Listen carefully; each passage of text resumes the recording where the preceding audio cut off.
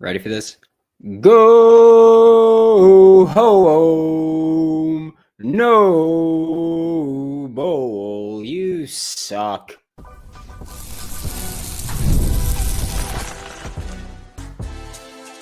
You are Locked On Gators, your daily podcast on the Florida Gators. Part of the Locked On Podcast Network, your team every day. Hello and welcome back to another episode of Locked On Gators, part of the Locked On Podcast Network, your team every day. Man, look, I know there's going to be a ton of people talking about the potential coaching hire coming up, and that's great, but we're still going to talk about football that has been played this year. And also, if you've been here for a while, then you know how it goes. But end of the season is always and I just pull the curtain back. I'm always very honest about stuff. And like we have Thomas saying, Saturday is for feelings. Before we even talk about the game, I will say that it's been a hell of a season, right? It's been maybe the most grueling season to have to endure as a fan base. We had the Billy Napier firing happened. And obviously, with the coaching search and all that, it's been an insane season. Very tough. And I'm just pulling the curtain back and just, bearing everything out for you guys. Just to be completely honest, personally, this has been easily the most wearing season that I think I've had as a fan and definitely in media. And so I thank every single one of you that has ever tuned into this show throughout this season. I know that for a lot of people, it has not been fun to watch this team. It has not been fun to watch this team. It has not been fun to sit here and talk about them all the time. And yeah, for us, having Hayden on the show every week, I said this last week, there is the amount of respect I gained for Hayden Hansen during this season is immense. Because this was, like I said, a rough season, one of the roughest seasons we've had in a very long time. And DJ Lagway does media basically every week, right? But most players do media a couple of times. And that's it during the season, right? They do media a couple of times during the season, and that's it. Hayden had to drag his ass on this show every single week and talk about this team and talk about these games. And so I do think that, like I said, the respect that I've gained for him is immeasurable.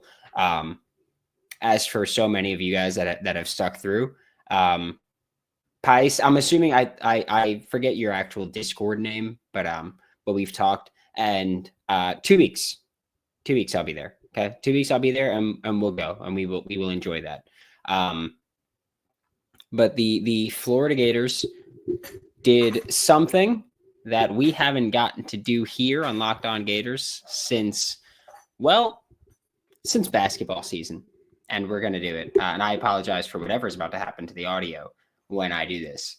But the Florida Gators beat the Florida State Seminoles 40-21. And I can't think of a single thing, of a single score, of a single game for the Florida Gators this year more deserving of the belt to ass, because that's exactly what the Florida Gators did. My ears are ringing, and I'm thrilled for it. I'll tell you that. The Florida Gators put belt to ass on the Florida State Seminoles, where Jaden Baugh had 38 carries, 266 yards, 2 touchdowns, and hit 1,000 yards on this season. And oh my God, does it feel good to be here, right?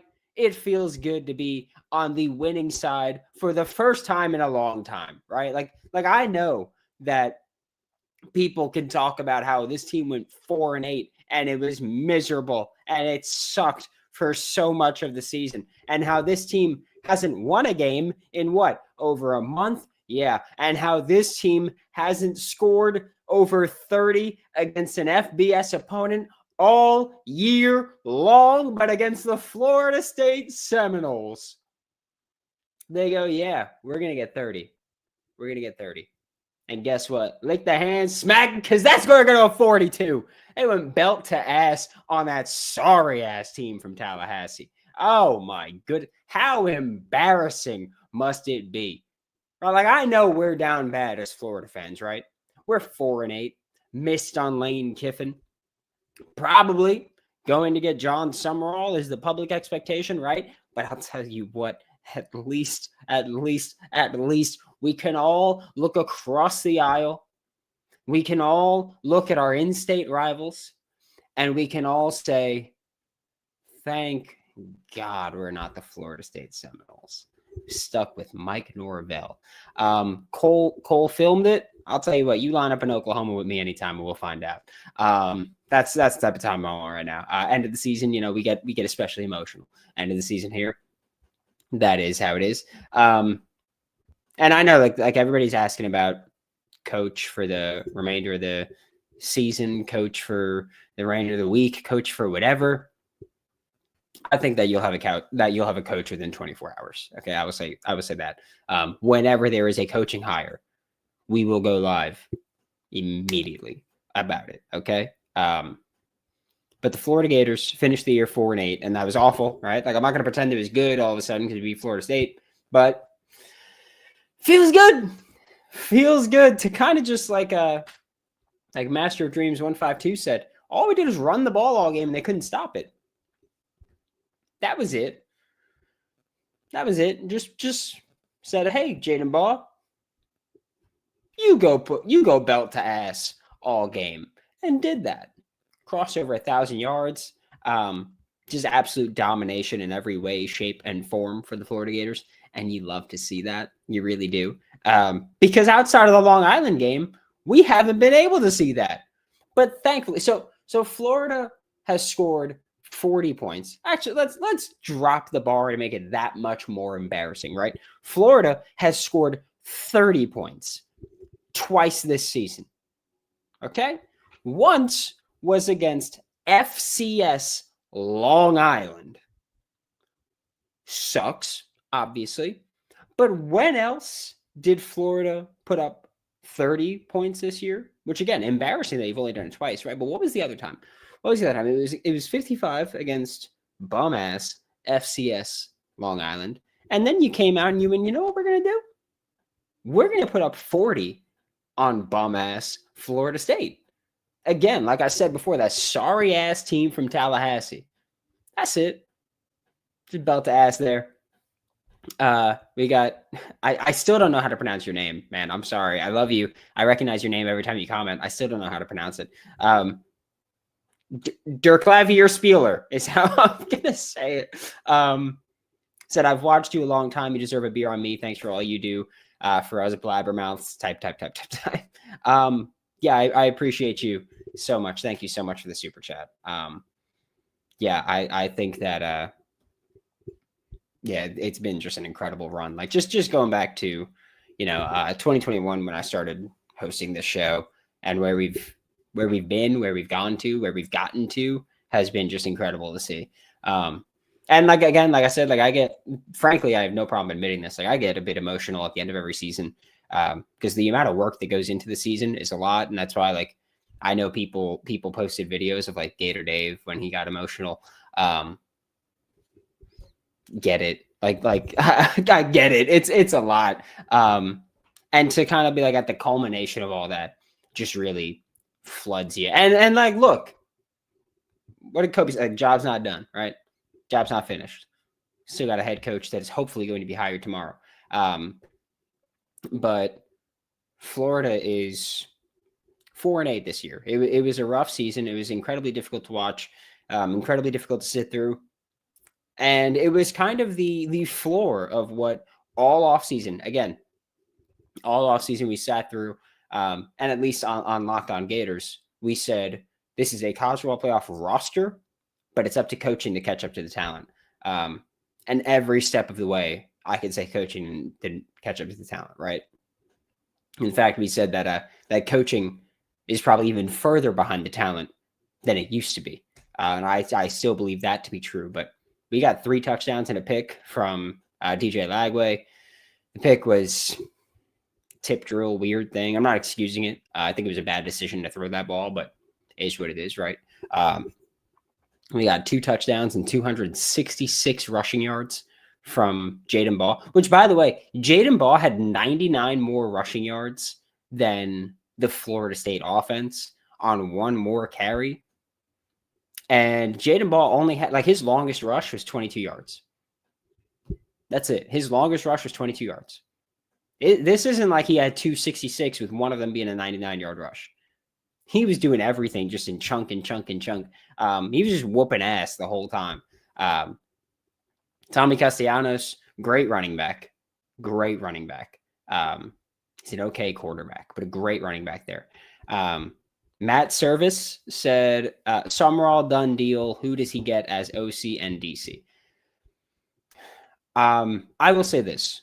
OC, I have been told that there are a few names in there. I've been told the names. I have also been told to keep those names quiet. So I will tell you that.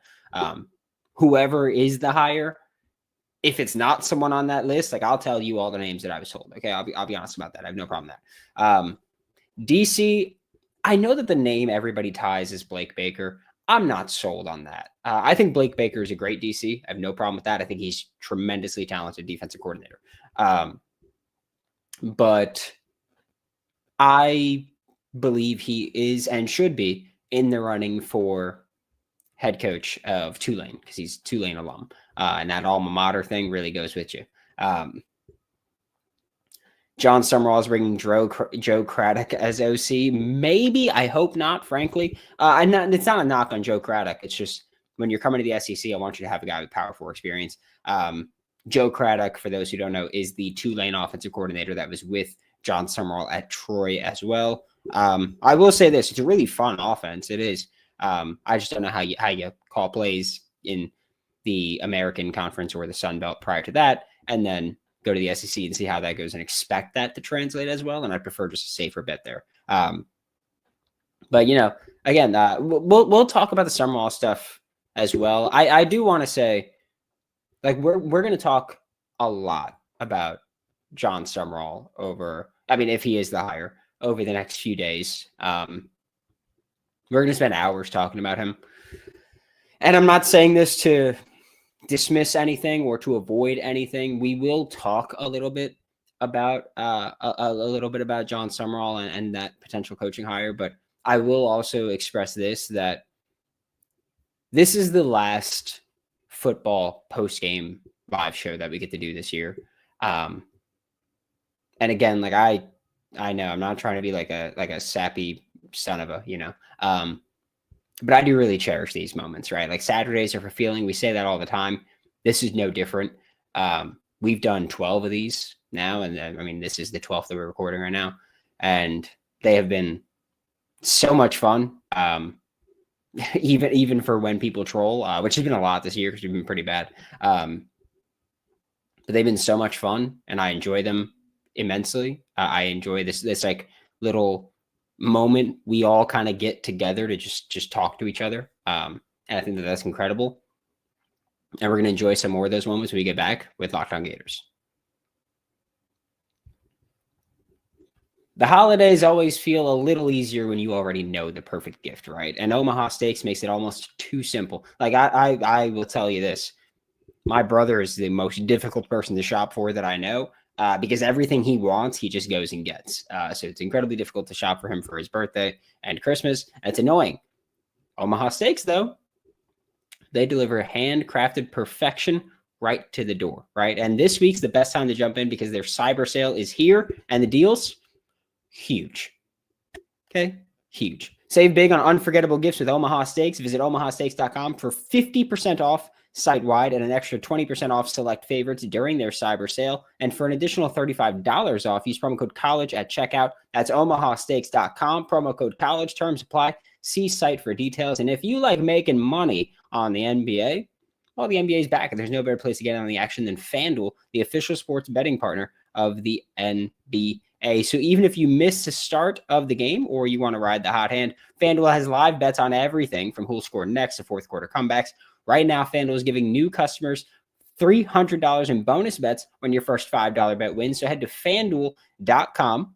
If you bet Florida to cover the spread against Florida State, congratulations. You cashed that easily. Blew that ass out of the water. Easily. Head to FanDuel.com to sign up and play your game with FanDuel, the official sports betting partner of the NBA. Thanks again for making Locked On Gators your first listen of the day every day. We are available daily and free with us in the podcast and on YouTube. Morganic. Last post game, which is again a very again just I like to be completely open and honest about everything. A very bittersweet moment. But I also take solace in knowing that the next post game that we have for football going to be brighter days, right? I think there are brighter days ahead for the Florida Gators. And I think in this game, some guys flashed where you went, they need to be prioritized with whoever the next head coach is, right? That they need to be the next head coach, or that they need to be a player for the next head coach. Which, by the way, but at the time of recording this, it's 8:30 Eastern time, and we still don't have a decision from Lane Kiffin, which is wild. Absolutely wild. But like you look at a guy like again, the past couple weeks, DJ Lagway has looked healthy and looked at least promising, right? There's going to be guys who look at that and say, all right, I can make him still a quality starting quarterback, which is fair. I think it's possible. We've talked about it multiple times before now. Like DJ Lagway is still fixable. Always has been, right? That's never changed. The thing I've questioned is he fixable at Florida just because of all the, I feel like the fans turning on him at certain points and all that stuff has kind of piled on at different times. But Jaden Ball, someone you got to keep, right? Absolutely need to keep him. Vernell Brown III, Miles. I mean, there's a lot of defenders, right? Like Javari Flowers had a great game. I don't know. I will say this. I don't know why the hell Javari Flowers was in single coverage on Deuce Robinson so much.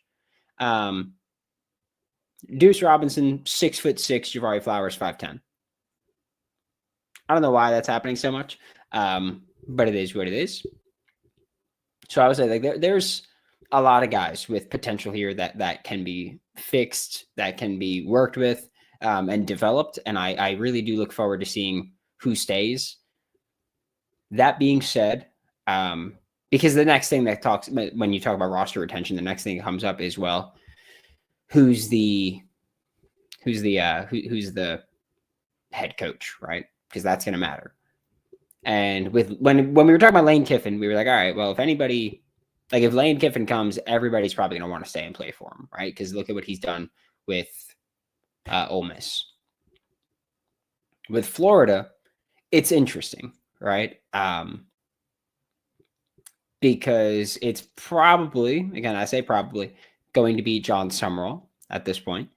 Offensive coordinator, not public. Defensive coordinator, again, they've said the report was, Blake Baker or the booster that was mouthing off said Blake Baker. And I don't know how much I believe that. And like I said, I also think that Blake Baker is going to be deservedly so in the running for the head coaching job at Tulane, which makes things a little difficult, right? When we talk about projecting who's going to stay, who's going to go. And I wish I could tell you, I wish I could just be like, hey, these guys are staying, these guys are going, right? I wish I could do that. I would do that. I don't like sitting here going, who's going to stay, who's going to go. I don't like having to do that math. Reality of the situation is that a lot of these guys don't exactly know what they're going to do yet. There's guys that are waiting on NFL draft grades. There's guys that are waiting on who the next head coach is going to be at Florida. I'm sure there might be someone like, I don't know. So I'm not going to name a specific player because I don't want to put their name out there and like have it be a thing. But there could be like a defensive lineman that goes, hey, wherever Gerald Chapman goes is where I'm going to go. Right. And so it could be that. Could be, right? Like, I don't know what it's going to be. And so it's tough for me to tell you who's staying, who's going. I don't think I know the answer. I don't think you know the answer. I don't think anyone really knows the answer. But that's still the reality of the situation is that, yeah, there's going to be some roster turnover probably. But I don't think that's going to be determined until we have a head coach hired and until we have some coordinator hired, position coach hired, or just at least the I guess we'll just say like the name of who it's going to be, even if it's not officially hired. Go, hey, this is who it's going to be. The recruiting class, I think, is going to mostly stay intact. I do. There's still talent on this team. Like, I want to be like, I don't want to pretend that this team is just not good. Going into the year, going into the spring, going into everything, when we talked about what this team can be and what this team's going to do, a lot of it was built around the talent is there, the coaching needs to catch up. And the coaching hasn't, right? It hasn't. We spoke about that.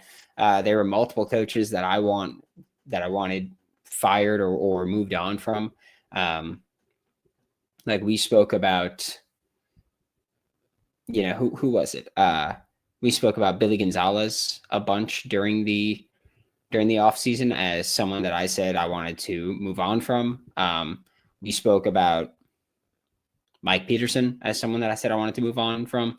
There have been a lot of guys, right? Rob Sale, of course, offensive line coach. There have been a lot of guys that we've wanted to move on from and they haven't moved on from. And then your team sucks. And it's like, oh, well, maybe that was part of it, right? Maybe that was part of it. Maybe part of it was that your coaching wasn't good enough. But this is always a very talented roster. Okay. So I'll say that. I for the John Summerall stuff that I've seen people putting in the chat, I will say this. I am not going to be the type that goes, I don't want him. He's a G5 guy. I think that's a deeply flawed process. And so I don't like that one. Because it just doesn't make sense, right? And I've used this argument before. Like the same argument I think could be made for, well, Florida's had 3 straight offensive-minded head coaches get fired. Maybe move on from an offensive side, right? But everybody wanted Lane. That wasn't an issue, right? Again, I don't think that's a good argument, but I don't think that he's a G5. We just fired a G5 is a good argument either. And that's the exact point of it's a bad argument. So I would say that. We have Matt Service said, everyone is against Summerall, but if it's true that we make a serious effort to get top coordinators, then I'll back that. That's been the downfall of our last 4 coaches. I'm glad you said that, Matt. Thank you for the super chat, by the way. I think that with Summerall or any defensive-minded head coach, coordinators matter a lot. I don't think Summerall is a bad coach. In fact, I do think Summerall is a very good coach. I think Summerall is a very good coach on the field. And also, I see what is that? Said SBW280 said, oh boy, already talking yourself into it. You can go back to the day Billy Napier was fired. And on this, we went live when Billy Napier was fired. And we went through the lists, right? The lists of candidates. And we spoke about people that we don't care about, that we don't know about, all that stuff. And what I said with Summerall was that he was the only group of 5 guy that I said was in the tier 2 winners tier. That's it. He was the only G5 guy in there. Because I do think he's a great on-field coach. If he's the hire, we will need to talk about recruiting. We will need to talk about what that assistant coaching staff will look like, because that's going to determine his success. But from people I've spoken to, they love John Summerall, right? And like I will say this for Mike M saying, please stop defending the hire. Summerall is Napier 2.0. I still challenge anyone to tell me how Summerall is Napier 2.0 other than they coached in the group of 5. That's it. That's all I would like to know is how they're the same.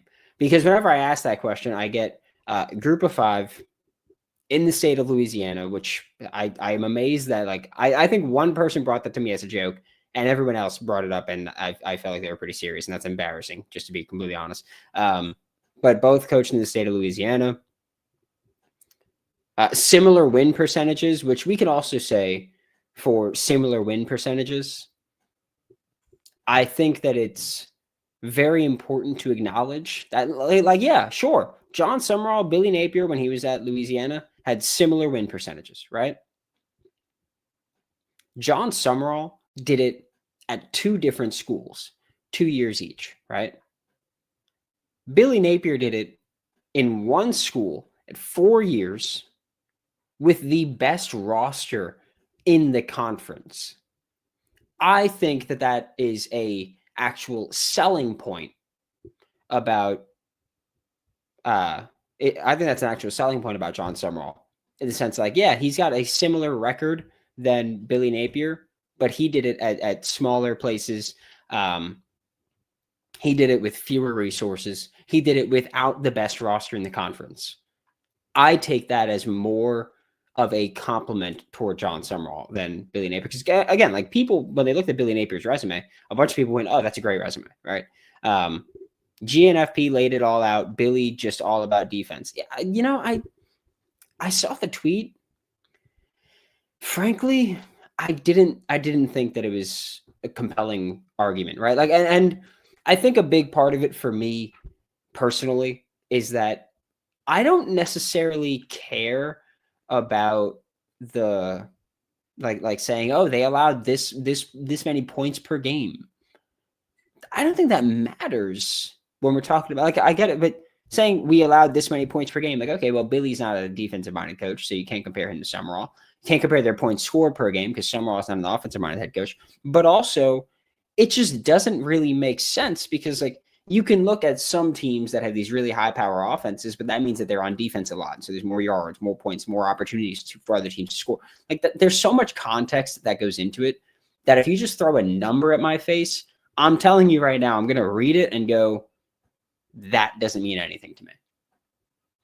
That doesn't. And I'm not saying Summerall's a sure thing hire. I'm not saying Summerall is one of the guys that I would want, but someone that I can live with. Yeah, I think I can live with that. You got a super chat coming in from Matt Service that said Summerall is not Billy 2.0. Napier didn't get elite coordinator. Summerall has to. It's part of the deal. Billy was too stubborn to get an elite OC. I will say I'll reserve my judgment on that side, or I'll reserve saying that he's going to get these elite coordinators because I don't know if I buy it, right? Like we've got reports that he needs to go get an elite OC or an explosive OC. And I think a lot of people are saying that because of the booster video that came out yesterday. But the booster never said he has to. The booster said he was going to. And I think those are two different things. I will also say that I don't care what a booster says about it, because what a booster says is not fact. You want source on that? The entire Lane Kiffin saga. There we go. That's like that didn't play out in our favor at all. And our entire, like, all the boosters and everybody was like, oh yeah, Florida's going to get this. Or all the Florida based people, like, yeah, Florida's going to get this. And then it went kaput. And so I think that's important. I think that when you talk about, like, I don't know, I had one of the listeners, Rogue, if you're listening, it was you, say that, you know, they both won the Sun Belt. That's a similarity. And it's like, if winning conferences is a bad thing, then, okay, I want to be bad then. Like, that doesn't make sense to me. Again, I'm not saying that John Summerall is the coach I would hire. I don't think he'd be very high on my list at all. I'm not saying he's a sure thing. I'm not saying he's going to work out. What I am saying is that for the reasons that people have to not want him, I think that there is a, like I think you got to really defend it, because saying he's a G5 coach means nothing to me, because I think that's a deeply flawed argument, right? At least I do. Like, G5 coach. So was Kurt Signetti 2 years ago. And he went, what, 10-2 last year in the regular season? Maybe 11-1? And then is 12-0 right now. And he's doing it, like, I get it, not in the SEC, but he's doing it from the group of five, went to the Big Ten, which is honestly, like, the SEC and the Big Ten are close, right? Like, it's a power two right now. That's it. And so I look at that and I'm like, all right, that's something, right? I'm not going to fault you for coming from the group of five and being good enough for multiple SEC programs to want you. I'm not going to fault you for that. I'm sorry. That's just crazy. Rob S. said, do you think Summerall keeps the majority of the roster intact? I think that depends on coordinators. Are you trying to convince us or you, Brandon? Here's the thing. I'm not trying, again, like, I'm not saying he's going to work out. I'm not trying to convince myself of that. What I'm saying is that I'm not writing him off because he's a group of five coach. And look, I have no problem also admitting that I am not entirely unbiased in this group of five thing, right? Everyone knows I love Toledo. Like, everyone knows that. And so it's like, yeah, I have a little bit of group of five respect, but yeah, I'm not saying that he's going to be great. I'm just saying that I think he's pretty good. Just real quick, Jose Cruz Torres said, isn't this the guy that said Lane was a done deal? You show me one time where I said Lane Kiffin was a done deal to Florida. Go ahead, do it. Because the most I ever said was, I think Lane will come to Florida, but I don't think Lane's even made that decision yet. I have no idea what he's going to do. That's it. That's all I've ever said. That's it. Q said, like and subscribe if this team stays together. We will be a monster next year. Absolutely. Yeah, and I will also just say on the Lane thing, like, I have no problem saying that, you know, I ended up being wrong on saying that I think Lane Kiffin would come here. But I want to make it also abundantly clear, I never guaranteed anything. Never any of that. I will also say that turns out a lot of it wasn't too awful. If the Gary Condren stuff is accurate, it's just a wild time for Florida Gators, right? Because if the Gary Condren stuff is accurate, then that means that most of what Florida media reported could have been accurate, right? And then things went down real quick. Which is unfortunate, right? But we all look like fools for it, and that's just how it is. Based on the comments, some have been hitting the sauce early. I don't blame you. It's a holiday weekend. You just had to sit through 12 games of Florida Gators football in 2025, which has not been a fun experience. That is what it is. The comment says Gary Condren is a fool, sabotage the program for years to come. I don't know if that's true, right? Like I know what we were told. A lot of us have heard the audio, seen the video, whatever it is. I'm not gonna say that. I'm not gonna go out there and be like, yeah, like I know that to be a fact. Just because, frankly, like I've heard boosters talk about things where I'm like, I don't think that's true. Like I really don't. And he openly said, like, he was like, oh, I thought it was private. And it's like, you could easily just be trying to lie and gas things up for the private people, the private audience that you had there. So there's that. Toxic Saucy said, I'm from Tennessee and we drove to the bowl game last year for field goals and watched Tulane, and there isn't a player big on Tulane. Yeah, I think that when people talk about like, oh, Summerall lost to Billy, Ole Miss blew out Summerall this year, and it's like, yeah, those are SEC teams against Tulane. Like, Tulane's not this great program. Willie Fritz had them rolling. John Summerall's taken over for the past years and kept them rolling. But will they stay that way? Who knows? Right? Like who knows? SBW, for what you're saying, no comment on that. Just no comment. I honestly don't know the answer to it. I don't care about it. I don't think that's a great source to get that information from. And I just frankly don't care. Like whatever happens at this point. We're here. Brandon, is it true Riley's camp reached out and UF turned them down? Is it true? I don't know. Is it consistent with things I've heard? Yeah. Yes, it is. I will say that. Again, not saying it's the truth, just saying it's what I was told. And so take that with a grain of salt if you want to. If Kiffin chooses LSU, that stupid, dishonest governor who interferes with the program, he'll deserve what he gets. If Lane stays at Ole Miss, would LSU try to get Summerall? Here's the thing. Based on, if you haven't heard the Gary Condren story that the booster put out yesterday, that another booster put out yesterday, and I'm only naming Gary because Gary's been named and name dropped here. I will say a couple things about it, okay? First, I don't know if it's true, okay? I don't know if it's true.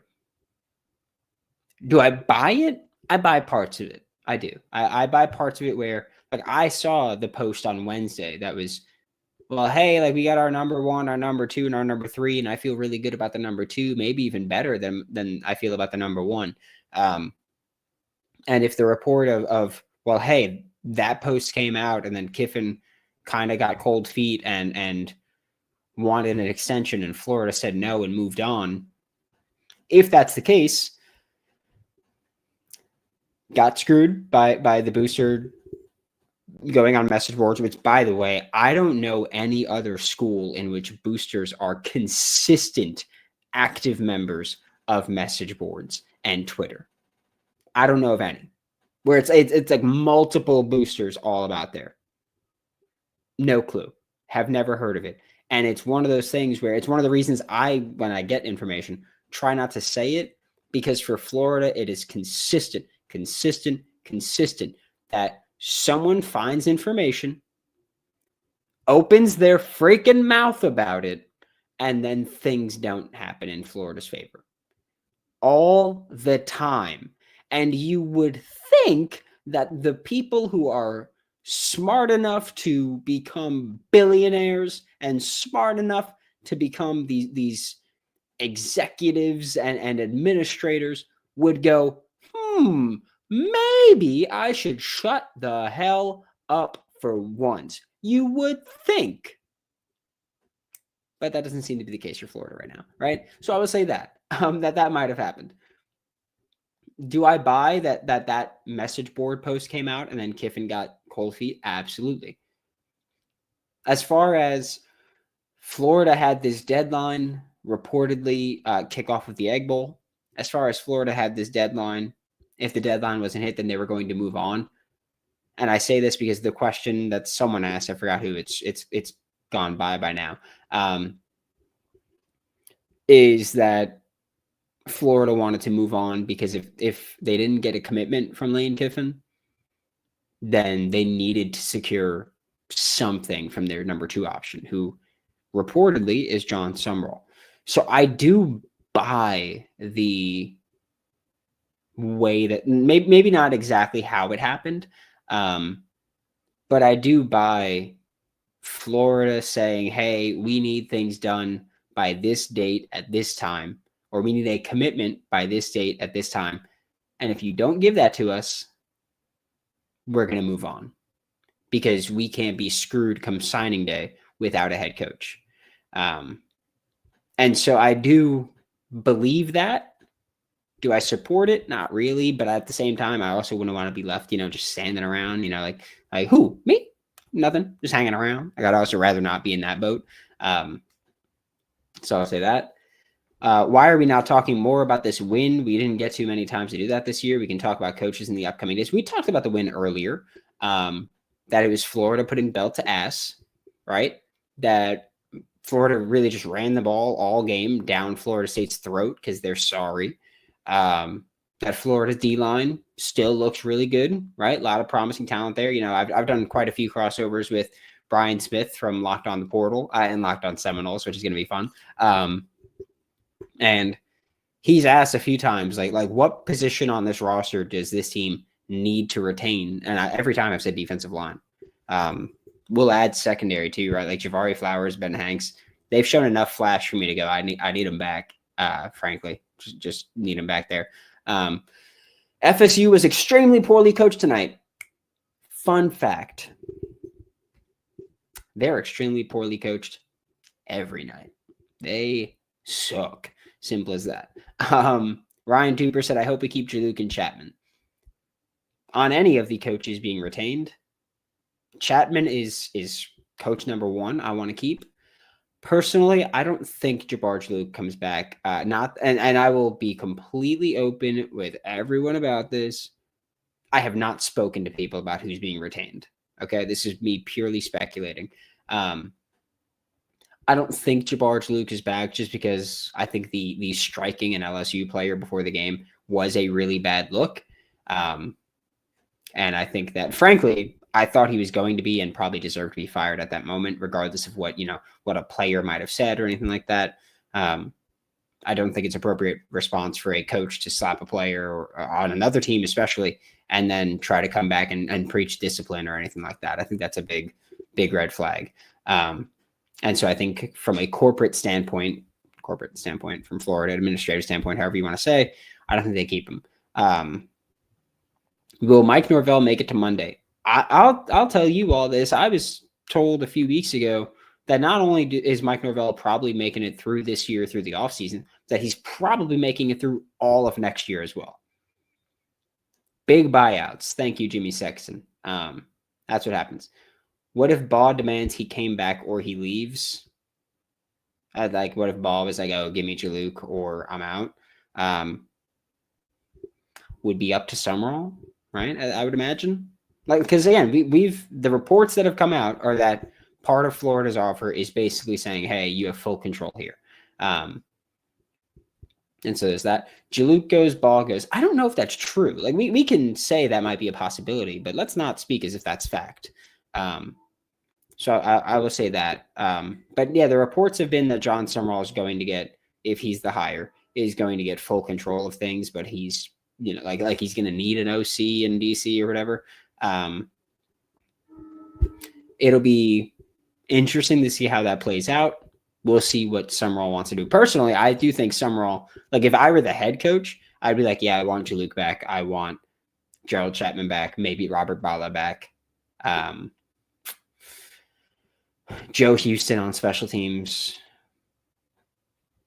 Jonathan DeCoster, assistant O-line coach, I like. Outside of that, not much, right? And even then, I'm not even sold on all of them. Can we apply the money we were going to pay Lane toward NIL? I don't know. Sunseri, hell no. Get him the hell out of here. The hell out. Have you seen our safeties this year? Terrible. And I don't want to blame it all on him, but they weren't that bad last year. That Florida should have upgraded. I was very open about that, but they have been worse. So I'll say that. For Matt Service saying, can we apply the money we were going to pay Lane toward NIL? Can you? Yes. Will you? I don't think so. I think there were a lot of boosters that went, hey, if it's Lane, I'll give this amount of money. If it's anyone else, we'll talk about it. I think that's how it went, right? So we'll see. Santa Claus MC said he's safety, right? I already forgot, Brandon. I'm apathetic. Sorry. It's not your fault, right? You probably just got confused with what he coaches because before he was coaching safeties, he was coaching running backs for the New England Patriots. Probably why you got confused, right? Which I get it, right? It's tough to know which side of the ball he's coaching in any given week. So that is what that is. What that tells me is Florida's grossly overpaying his company if he's making enough millions to be the top booster. Sure, not mine. I don't pocket watch, by the way. I want to make that clear. If you got the money to give it and you want these things pushed, that's up to the AD to do. Personally, I know that it's not as simple as this, but I would love it if whoever the AD was for any school kind of just went, give me the money that you want to see go to this program to win and shut the hell up. You're a business dude. You're not a football dude. You don't know what you're looking at. Shut the hell up. Simple as that. Would be great. Would be great. I know that's not how it works, but that'd be the great way to go about it. Personally, right? So I'll say that Scott Strickland should be fired. Absolutely. That's not even need to be said, right? Everybody can get that tattooed right across their clavicles. No problem. The majority of coaching hires don't work out. Absolutely true. We definitely need a new edge coach. Absolutely. Like, this is a thing for years now. We've been talking about it with Mike Peterson's. He's not a good edge coach. I don't care. I get it. He was a Florida Gator. That's great. That does not make you a good football coach for a certain position. That's it. It's the same argument people talk about the Pounceys tweeting or going on Instagram. I want to be an offensive line coach. It's like, okay, well, you haven't done it, so figure it out, and then you can come on. Very simple. Super simple. Turnkey was absolute trash. If the story about the booster stuff is accurate, it's tough to blame Turnkey, right? It is there. Cade Bell for OC, wouldn't hate it, right? Cade Bell's done a great job. I could see him being a candidate. He's a name that Florida fans always throw up. So I can see Cade Bell being a candidate. Again, that Pittsburgh offense looks pretty good. He's coached under Pat Narduzzi, who has a ton of experience, and I know Pat Narduzzi is a defensive guy, but being an assistant coach under a successful Power 4 head coach helps you see how things are supposed to operate, right? I'm optimistic for Summerall if we're going to get real coordinators, which is, I think, how about Joe Brady for OC? From what I've been told, Joe Brady hates college, and he would only come to college for a select few universities, and Florida isn't one of them. I don't know how to pronounce that name. I'm sorry. But for the person that said I'm optimistic for Summerall if we are going to get real coordinators, I think that's a great approach to take. Like, I know I'm on here and I'm like, oh, like, well, Summerall being a G5 guy doesn't mean that he's bad, right? I'm not saying he's going to be a great head coach. I'm not saying he would be a great or would be. I'm not saying he would be a great head coach. He would be a great anything. I'm just saying that I don't like the idea of turning him away because he's a G5 guy or saying he can't work out because he's a G5 guy. Like, I'm just very open to saying he's a better in-game football coach than Billy Napier. I know that factually. I think he's a worse recruiter, but at the same time, like, I know how many times in my comment section I've seen people going, we should have never gotten rid of Dan Mullen because a great coach with today's recruiting being so much about NIL, we don't need a great recruiter. We need a great coach. This is going to be kind of the flip side there. I don't think he's necessarily a great coach. I think he's I think he's a damn good football coach. I really do. If that's going to work out in the SEC or not, I don't know. There's a lot of damn good football coaches in the SEC, so we'll see. Ben Ponson said, well, I'm from Louisiana and live in Louisiana. If we get Summerall and he doesn't work out, stay out of this state. Message went away. Mike White, Napier, and hopefully we're not talking about Summerall. Fair. Think about how silly it is to have sports program donors. What kind of idiot would donate more money to the Jaguars, for example? Will Stein of Oregon. So everyone's going to throw Will Stein's name there. I'm going to ask you a question, right? The belt fell off my lap. I'm going to ask you guys a question. If you were Will Stein, let's just throw this hypothetical. If you were Will Stein, right, you're the offensive coordinator at Oregon. The offensive coordinator at Oregon prior to you being the offensive coordinator at Oregon got hired to be a head coach at Big 12. Now you take over. You've been doing a great job for 2-3 years. You get a bunch of people throwing your name in the ring for head coaching hire, right? Florida comes calling from Oregon. Would you leave Oregon where the roster already knows your offense, where you're comfortable, where you know you're going to get that significant investment, to go to Florida in your first year under John Summerall, where you don't know what the roster is really going to look like or the investment right now? Personally, if I'm Will Stein, I'd say, you know what? If I'm one more year away from getting a big-time Power 4 job, I'm probably not going to leave and put that risk of needing to teach an entire offense to my team. I'm going to use the guys that know it already. So risk-wise, I don't think that's the move. And so I would say that about it. Why not go after the Texas Tech coach? Joey McGuire is not going anywhere. Texas Tech's AD and boosters have very publicly come out and just been like, we will pay him any amount of money to keep him. They throw money at Texas Tech. All right. I want to make let's not. What Texas Tech is doing is not by accident. They are throwing buckets of cash. They are backing up the Brinks truck all the time for players, recruits, everything. Okay. They're putting in work in Texas Tech. Lubbock is going out. So say that. Had Mullen not gotten burned out, I would want him here. It wasn't just burned out. I just want to throw that out there. Mullen to Ole Miss, maybe, right? Maybe. What do you think Summerall will bring to Florida if he's hired? I feel like you're asking like what coaches or players, and so if you clarify in that, then sure. Well, actually, if you clarify in that, I'm not going to have much of an answer for you, but I'm assuming that's what you mean. Let's see what else we got before we wrap up here. Saban was a head ball coach that lived on recognizing top assistant coaches. Same with Kirby. Yep. Mullen's an elite offensive mind, no doubt about that. The 2020 offense was beautiful. Granted, it was mostly not his recruits, but still, yep. UF should have an elite head coach. Name them. Name the legitimately attainable elite head coaches. Because I will say this. I don't know if I would say Lane Kiffin was an elite head coach. Right? Like what he's done at Ole Miss is great. But for me, part of being an elite head coach requires longevity. And so I will say that. Matt Service said, okay, Brandon, give us your OC and DC wish list.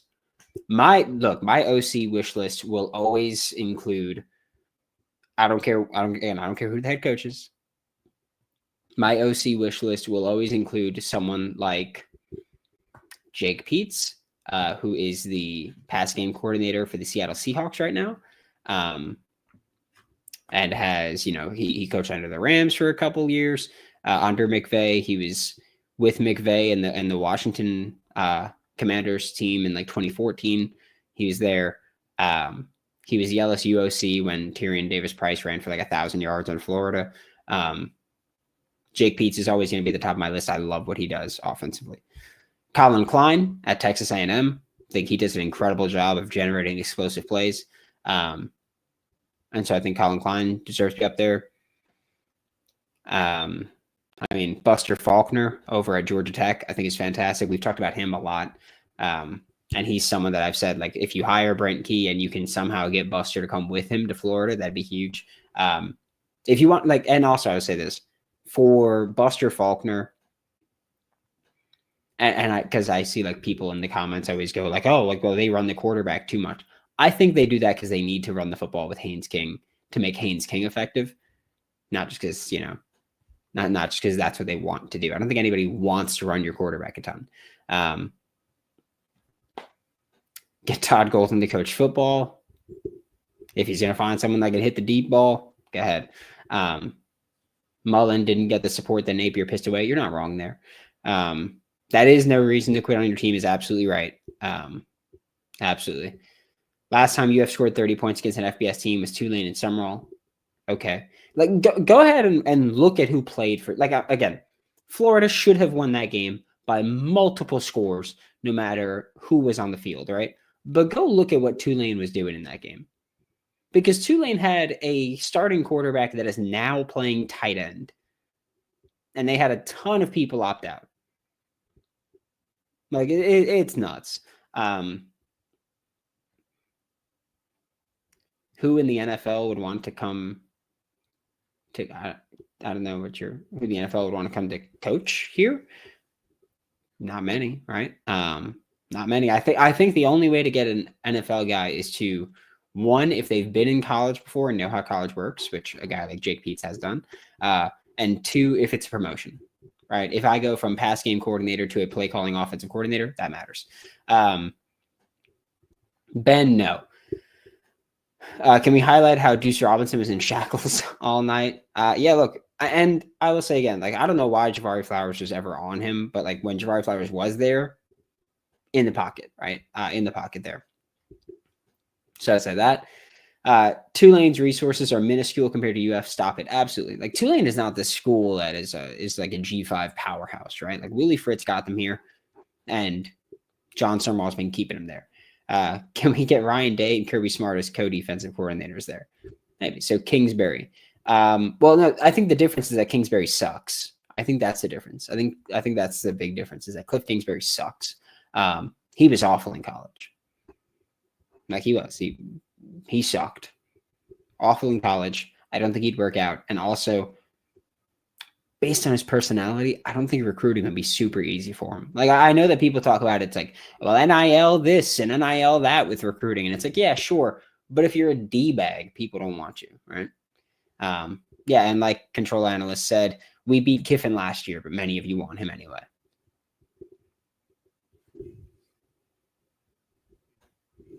Don't know what to tell you. Don't know what to tell you there. We've been, oh my goodness, it's been an hour already. My Lord. But thank you all for making Locked On Gators your first listen of the day, every day. We are available daily and free with us in the podcast and on YouTube. We will, again, the public reports are that Florida or John Summerall is going to make a decision tomorrow and that Florida is the leading favorite to land him as their head coach. If that's the case, we will be going live tomorrow, whenever that announcement comes out. Again, I will say this because I've been very open about this. Last live show last post-game live show of the year is always a very important one to me. It's always a very, I've been very open about this. I always get a little emotional here. I'm not gonna lie. There goes the belt again. And now the back half of it fell off. But yeah, like this end of the season, like it's incredible. This has been an awesome season. We've had our most watched months, like back to back to back at this. It's crazy. And it will never be lost to me how incredible it is that this is my job. It's stupid. And I love it. Thank you all for making Locked On Gators your first listen of the day. Even if you only listened one time, thank you. My name is Brandon Olsen, and I will be back hopefully tomorrow with a head coaching hire at the absolute latest. I'll be back on Monday.